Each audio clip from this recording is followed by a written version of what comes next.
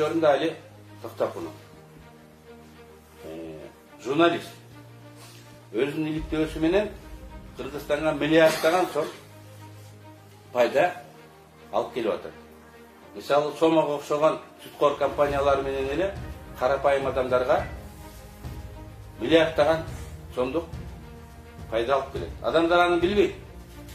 Каяктан алып атат ал пайданы? Мурун 50%, 60% келсе 30% түшүп калды деп рахматты айтып койбойт. Бизге андай рахматтын деле кереги жок. Кудай билсе, анан өзүбүз билсек болдук. Биз аны эл үчүн жасап атабыз дегендей да. Камчыбек Ташиев 2 ай мурун айтты. Мына биз келдик, эми коррупция жок болду. Таможняда коррупция жок деп айтты. Акылбек Жапаров премьер-министр болгондо бюджетте көтөрөм 120 миллиард сомго кошумча киргизем. Аны кайдан алам? Биринчи кезекте таможняда эски схемалар бар экен, коррупциялык.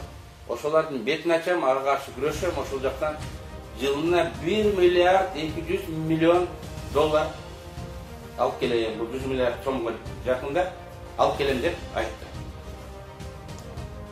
Ал али көптөн бери айтып, бийликти ишендире албай аткан чындыкты айтты. Бүгүн бийлик алинки туура экен. Эл үчүн ал жактан жылына миллиард доллар алып турса болот экен деп жарыялады. А миллиард доллар көп болот. Биздин карызыбыз 4 миллиард доллар. Жылына миллиард алса болот экен да. Али таап берген источниктен 4 жылда сырткы карызыбызды кутулуп койсок дагы болот экен.